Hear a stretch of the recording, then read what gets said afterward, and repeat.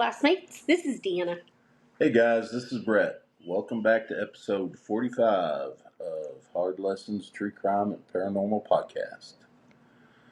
45 episodes. 45. We're doing good. Yeah. Even though we don't edit. You get what you get. That's right. This is real. As real can be. Yep. I like it. I do too. I don't understand what they're editing, though. Like when they say they got to edit it. I'm thinking like if somebody burps or if they screw up or... Oh, they can like clip that out or something? Yes, ma'am. Oh. Yes, ma'am. I'm like, dude, we ain't professionals. We're not the smartest. No. I mean, we're smart, but I don't know who in the world thought it'd be a good idea for us to start a podcast, because... That would be you. As far as, well, see what happens when you listen to me? Well, here we are, 45 episodes later. Still blowing and going. Yes. Getting about 10 listens a week, so hey. Hey, that's okay. It beats just one. There you go. It's better than we're adding knowledge to those 10. Yes. That's got to be it. Or comedy relief. One of the two.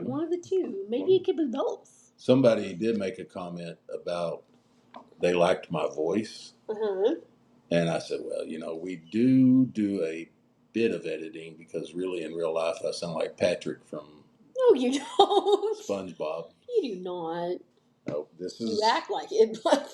Oh, it hurts. All right, so are you ready for the more you know? Wait a minute. What? Teach, how was your week? My week was emotionally and mentally draining. It was a long, rough week. It was. I realized, we had Labor Day weekend, but I still worked. Right. That I hadn't literally stopped since the second week in August, and I was just done. Plus doing your master's degree program on top of that. Yeah. So I took Friday off. I think it was beneficial. I took 2 naps. I got this week's homework completed. It was just a rough week. Well, I'm proud of you for seeing it through. Oh, thank you. Yes, ma'am. How was your week? It was good. I also took off Friday. I didn't take 2 naps. Got to have a day date with my gorgeous bride. Yep. Found out my truck broke down, but that's okay. It should be a quick, easy fix. Hopefully I'll have it back when I go back to work tomorrow. We hope. I hope. So, but yeah, it was a good week. Awesome. How many more weeks till Christmas? 12. 12 weeks? Good golly. It's going to go by really fast. Really fast. Because just think 12 weeks ago was June. What? Oh my gosh. Nope. All right, now are you ready for the more you know? Yes, because I need more to cram into the file that is needless. Well, I thought I would go back. I kind of enjoyed doing the weird laws from different states, like I did with last week's The More You Know. Uh-huh. So I thought I'd go back and visit that again this week. Okay. In Arizona. Okay. It is illegal to let your donkey sleep in a bathtub.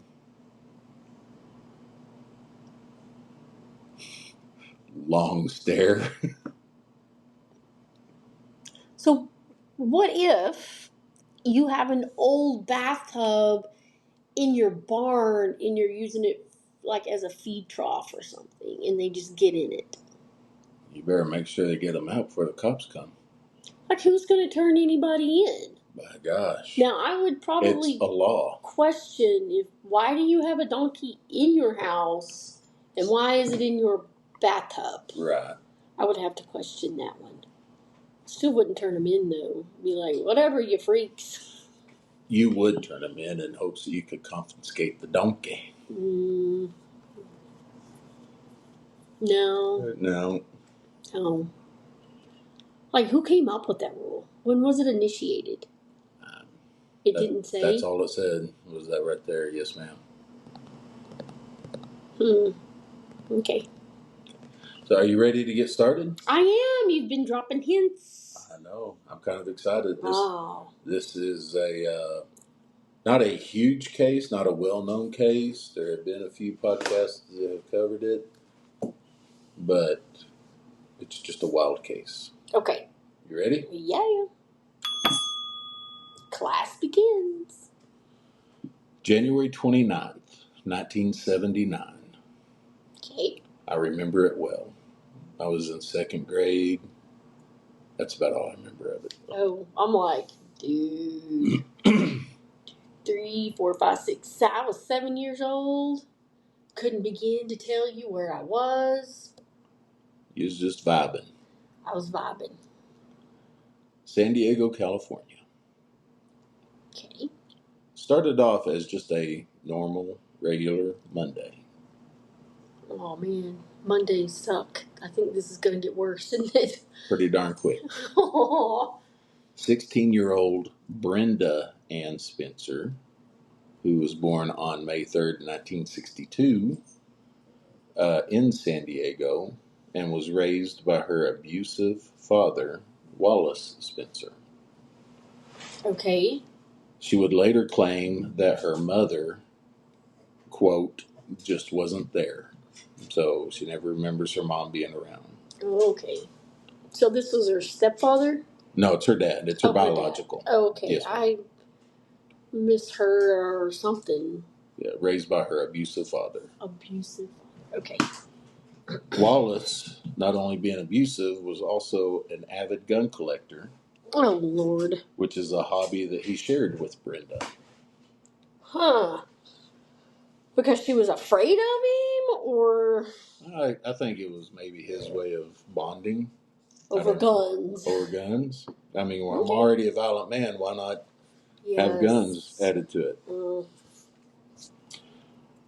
She didn't have many friends, but the ones that she did have would say that she also started about this time getting into the drug scene and doing petty thefts. So this started when she was 16? Mm-hmm. Okay. Very frequently, she would skip school, but when she did attend, she would do things to the shock of her classmates, such as making a statement one time that I'm going to do something big one day to get on TV. She was looking for some positive reinforcements. And, even negative attention is attention. I've said it before. She was using her behavior to get it and didn't get it. On this Monday, Brenda asked her dad if she could stay home from school, and he agreed. Yeah. At least this time I know you're not skipping. You asked me if you could. Yep. Sorry you hear my chair squeaking.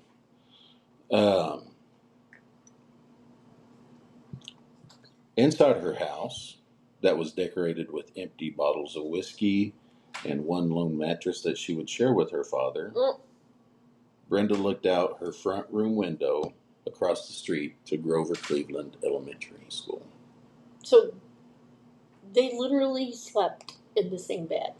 Yes, ma'am. Every night. Did he not have a job? Yes. He couldn't afford furniture because he was buying guns, ammo, and whiskey. You got to have your priorities. That's all kinds of wrong. Well, Wallace made some mistakes. Just a few. Just a few. And as he got older, he didn't correct a lot of them. And you know what they tell you about history? If you don't learn from it, you're going to repeat it. Uh-oh. This cool January morning, students were lining up, waiting for the principal to open up the gate. Now, this is the end of January, so just the month before was Christmas. Mm-hmm. As a gift that year, Brenda received a .22 semi-automatic rifle from her father. Mm-mm.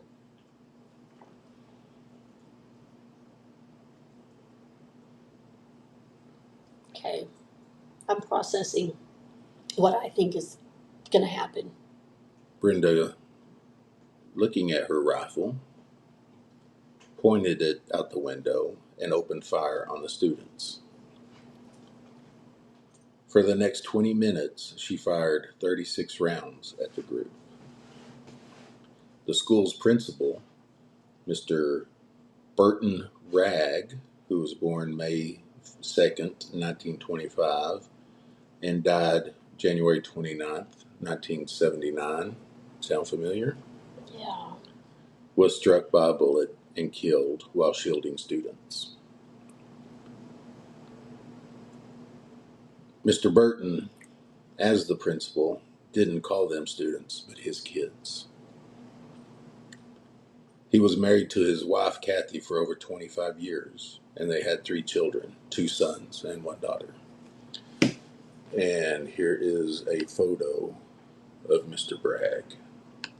And these photos will be placed on our social media pages. This is Mr. Ragg right here.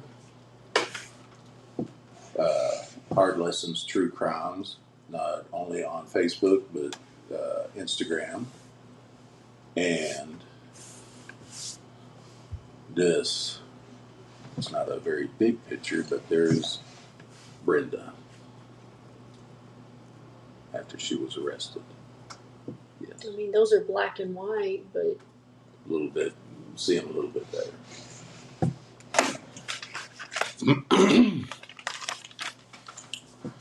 One of Mr. Ragg's favorite activities was to go camping. It didn't matter if it was out in the desert or up in the mountains. He loved being outdoors. this is in San Diego, right? Yes, ma'am. Also killed in the attack was Mike Sakar. He was born October 26, 1922, and died January 29, 1979. He was the school's head custodian. And he was out there with them? He was out there dragging kids inside the gate. When Mr. Ragg went down, he grabbed hold of him and was pulling him in the gate. And as he was doing that, he was hit by a bullet. And so those babies were just out there then? Mike was a big man. And this is a quote from school secretary. He was a big man full of love. He was respected by not only the staff, but parents as well. He was survived by his wife and 1 son. And this is a picture of Mike.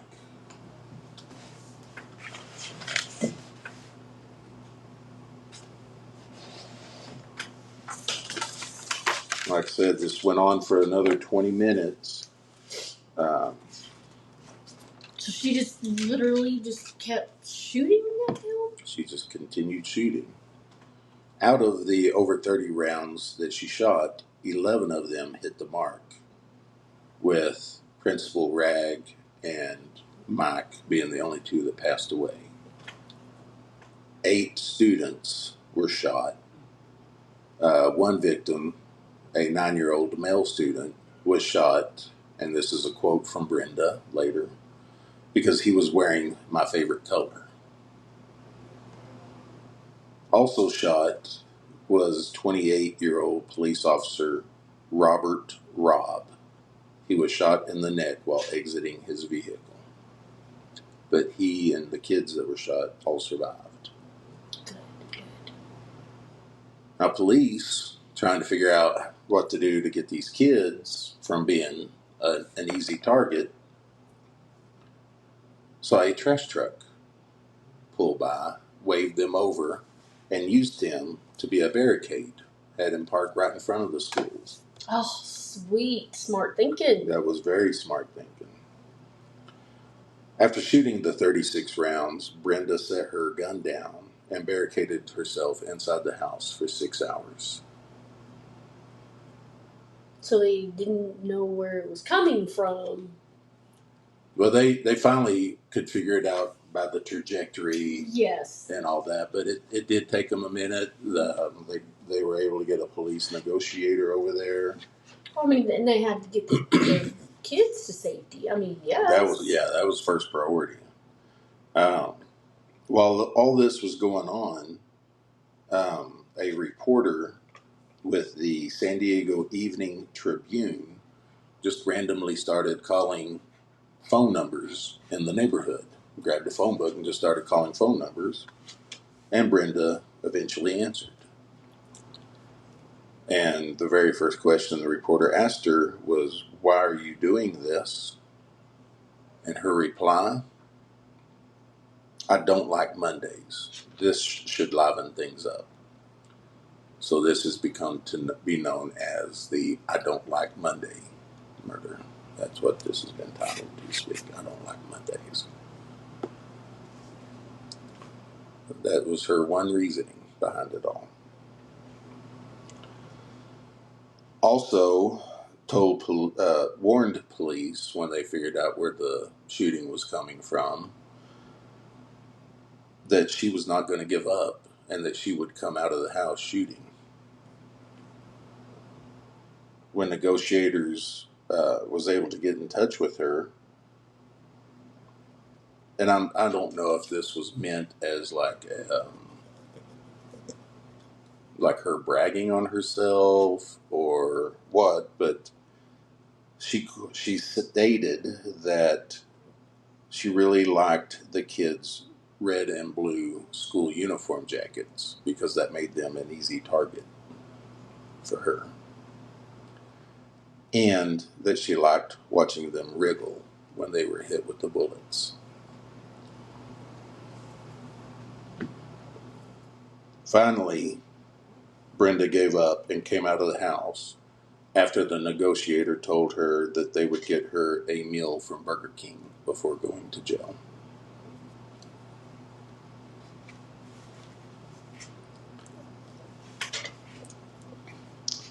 Teach usually has a lot to say this week, and you can tell the heart of a teacher because she is just stone silence right now. Being charged as an adult, Brenda pled guilty to 2 counts of murder and assault with a deadly weapon. 9 counts of attempted murder were dropped in the plea deal for the 8 students and the police officer that was shot. They dropped those. One day after her 18th birthday, Brenda was sentenced to 2 concurrent terms of 25 years to life. And she would have to do the 20 years before she would come up for parole. Which was what year? It would be 2000. She came up for parole the first time. In prison, Brenda was diagnosed as being this is why people edit. In prison, Brenda was diagnosed with epilepsy and depression and given medication for the 2. And she has spent her time working at repairing electrical equipment. Now, in 1993, they had a hearing to see if, she is working towards parole, if she's kind of taking the steps. If she's becoming rehabilitated, basically. Basically. And in this hearing, she said that she had really hoped that the police would kill her. And it had been documented in the years before that she had attempted suicide twice and failed. In prison? No, the years before the shooting. Before the shooting? Okay. Yes, ma'am. And failed. And when asked, well, why did you not come out with your gun pointed towards the police if that's what you wanted? And she said, because I got scared.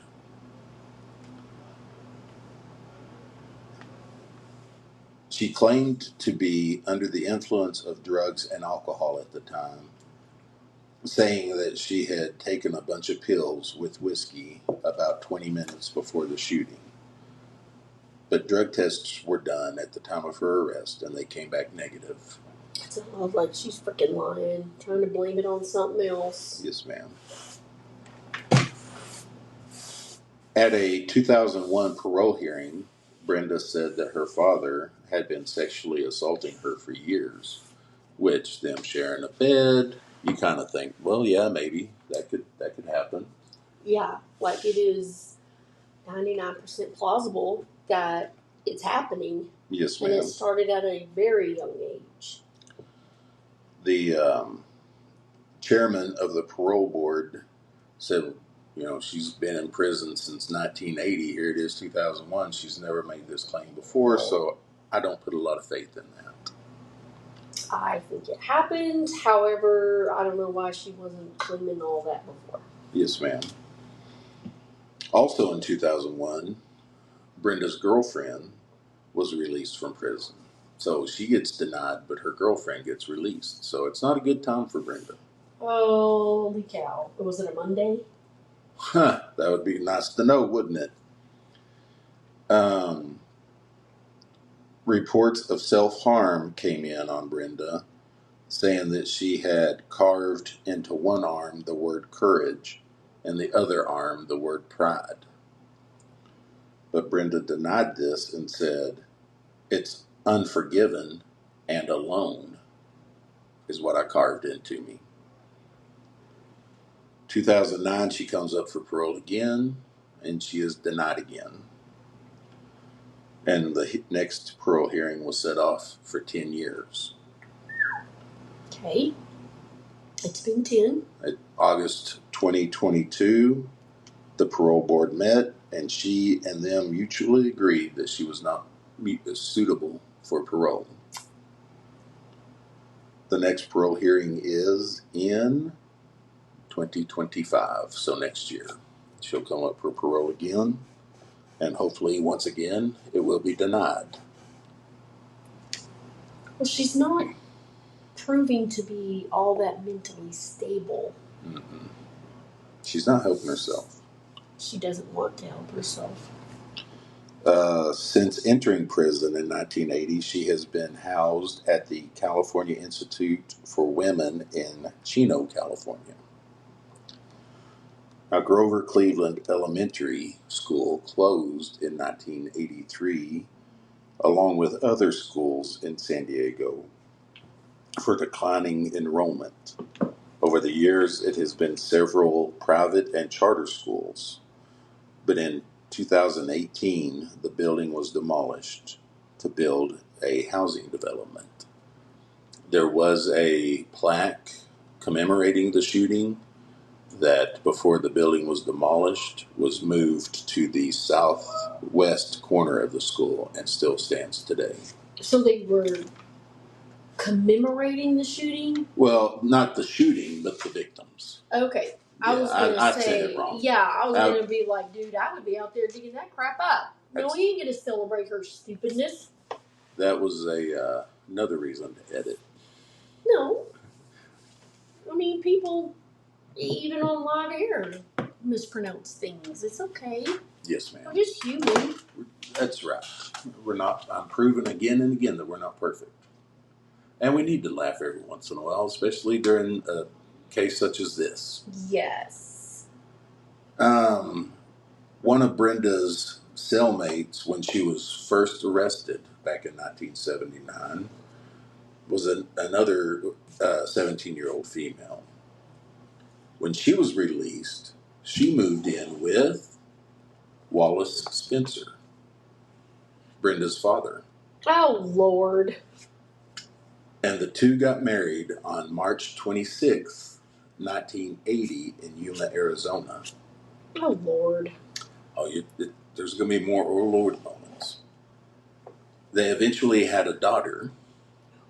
Who's that baby? And then, 2 months after the baby was born, this female left, leaving Wallace to raise another daughter all alone. Now, there is no word on... How ignorant. I told you Wallace didn't learn any lessons. That girl. Yeah. Like, she didn't connect no dots. They wasn't numbered for her, so she didn't connect them.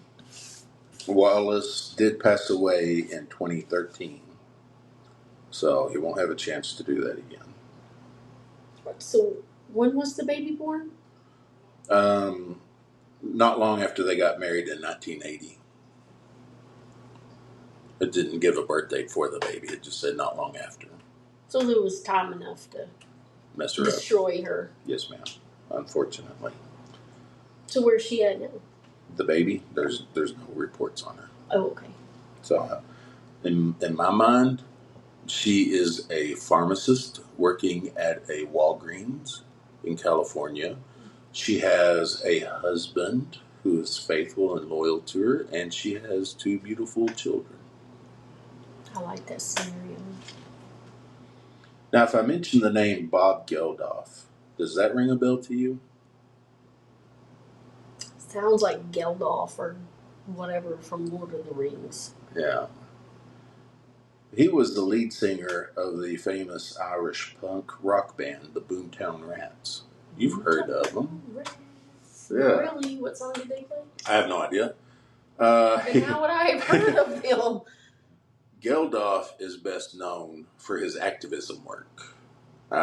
He organized charity supergroup Band Aid, and he co-wrote the song "Do They Know It's Christmas."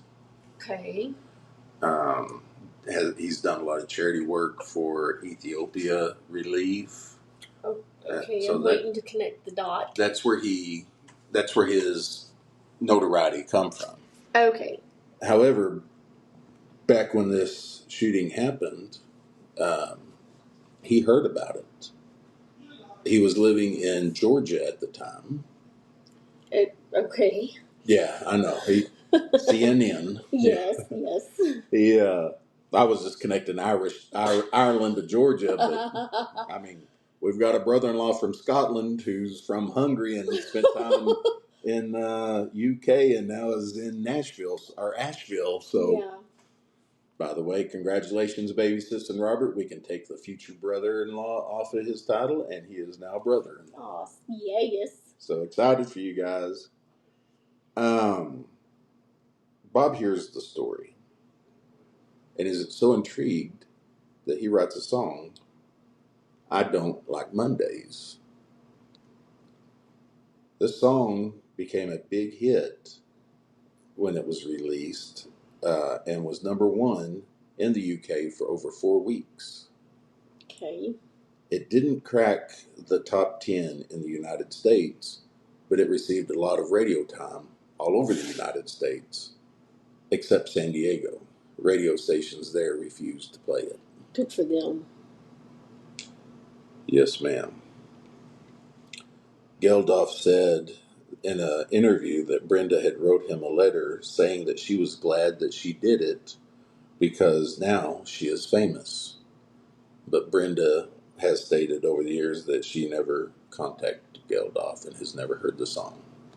So she also said so who said that she did contact him? He did. Okay. So, I mean, that'd be easy to prove. Okay, well, let's see the letter. Yeah. And, I mean, she's not proven to be the most reliable. Nope.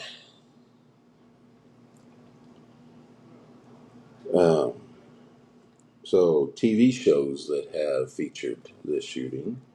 There was a 1981 Japanese-American documentary called "The Killing of America." Speaks about this shooting. 2006 British documentary, "I Don't Like Mondays." Lifetime series Killer Kids released an episode, "Deadly Compulsion," that aired on September 3rd of 2014. And the one of our favorite channels, the ID channel, portrayed Brenda's crime in a series, "Deadly Women," titled Thrill Killers that aired September 9th, 2008. Now, normally this probably should have gone somewhere else into this story, but I didn't see it until after I was at this point here. But this was not the first time that Brenda had shot Grover Cleveland Elementary School. In the summer of 1978, she was arrested and charged with criminal mischief, criminal trespass, and burglary after she was caught shooting out several windows with a BB gun. Huh. Well, there's your indicator. Absolutely. And that is the story of I Don't Like Mondays, the Brenda Spencer shooting. My bibliography this week, a small article on wikipedia.org, Cleveland Elementary School shooting, San Diego, California, because in another town in California, just a few years afterwards, about 10 years afterwards, there is another elementary school called Grover Cleveland Elementary that also had a shooting. What? Mm-hmm. So, if you're looking up information on this one and you're going to Wikipedia, be sure you put San Diego. Holy cow. An article on San Diego Union Tribune. 40 years ago, Brenda Spencer took 2 lives in a mass shooting. TheDailyBeast.com, and this was a pretty interesting article, and it does show that she feels some remorse. How? Our article is titled, "The First Modern Day School Shooter Feels Responsible for All the Rest." So in the interview, she tells the reporter that whenever I hear of a school shooting now, I'm wondering if maybe in some small way, if I'm not responsible for that one because of the one that I did. Okay. So it does show a little bit of remorse. Yes. Findagrave.com is where I got information for Burton Ragg and Mike Sakar, the principal and the janitor. And allthat'sinteresting.com. Brenda Ann Spencer, the disturbed perpetrator behind the 1979 Grover Cleveland Elementary School shooting. And that is the story of Brenda Spencer. And I have to tell on myself, classmates, I got done with my notes and I was writing out the bibliography. And that last one from allthat'sinteresting.com, I noticed that they said Brenda Spencer. And I was like, oh, I bet somebody got fired because this lady's name is Barbara. And all throughout my notes, I had written her name down as Barbara. And I went back and reread a couple of the different articles, and her name is Brenda. So I bet you that person didn't get fired. If anybody should get fired, it should be me, but I'm not going to fire myself. So nobody has done like a direct interview with her? Anybody? She's refused. She'll do like phone interviews for like newspapers, stuff like that. But nothing big. But nothing big. I thought she wanted to be famous. Just wanted to be. So, you know the old saying, don't watch what you wish for. Okay. So there was no other indication that something was coming up. Not that the dad would notice. He was too busy. Yeah, he was too busy. Fulfilling his own whatevers. No, and yeah, it was just a compulsive deal. She just looked out the window and was like, I think I'll create some havoc. She also later did say that all she meant to do was to shoot at them. She didn't want anybody to get hurt. Her end goal was to die when she was talking about how she wanted the police officers because she had already tried twice and failed. And so she was like, I started shooting. I wasn't shooting at anybody. If they got hit, I'm sorry. Well, but yet You were also saying that the red and blue jackets made them easy targets, and you like to watch them wiggle when they were Yes. hit. So what is it? And if you were just doing it to scare them, then why not aim for the school itself Exactly. and not Shoot the up kids? overhead. The kids, elementary school kids, are not that tall. Aim higher. So what grade levels was this? It was kindergarten through 6th grade.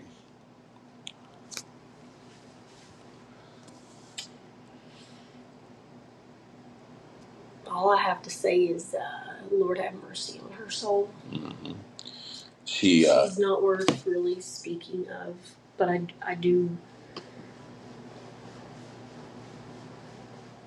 hope there's some mercy. Yes, ma'am. And the years in prison have not, I'm not here to make fun of anybody, but the years in prison have not been good to her. Here's from the 19, nope, that's not the picture I picked. That's the one when she got arrested. Mm-hmm. Okay, so let's go here. Well, I'm not thinking prison is all kinds of easy to live with or in. I would think not. I hope and pray I never have to find out, but it's like. So that's from the 1993 when they had that hearing. Okay. So she's got her a mullet going on, looks like. Yeah. And like I said, I'm not here to poke fun, make fun of anybody. And then this is Brenda today. Well, she looks healthy. Mm-hmm. I mean, what else do you have to do in prison? I mean, there's only so much electrical stuff you can work on. Well, yeah, it's her job. Yes. I'm just saying that. The years have not been kind. No, but that's her choices right there. Yes, ma'am. And she literally just says it was just a whim. Yeah. I don't think whims like that happen. They do. They're rare, but I mean, they're called compulsive murders. Like you never got a thought about it. You just do it. Just do it. Huh. Oh, I learned something new. Yeah. So, do you need a cop story, a funny cop story to kind of lighten the mood? Are you good? Or I'm fine. It's very touchy with and scary with school shootings because lots of things. And I've been wanting to do this for a while, but I've been holding off on it because of your occupation and. Well, and it just goes back to they had no protection. They had nothing, and nobody was ever prepared for anything like that to happen. Mm-mm. And they didn't prepare afterwards because it was just a random act. Exactly. And now it's not random acts. They're thought out. So I mean, Columbine, there was signs. The latest school shooting in Georgia, the mom and some of the other family, from what I'd read, I'm not in Georgia. I'm not saying this to be the gospel truth, but from what I understand, the family had contacted the school saying, "Hey, he's going to do something. He's going to do something. Y'all need to watch out. He's going to do something." And apparently they didn't. And so the parent was putting it off onto the school? The mom was letting the school know, like, I can't control him. This is what I'm afraid is going to happen. And so, like I said, I'm just a different type of mom. Yeah. Be like, dude, I'll load you up and take you to the cops myself.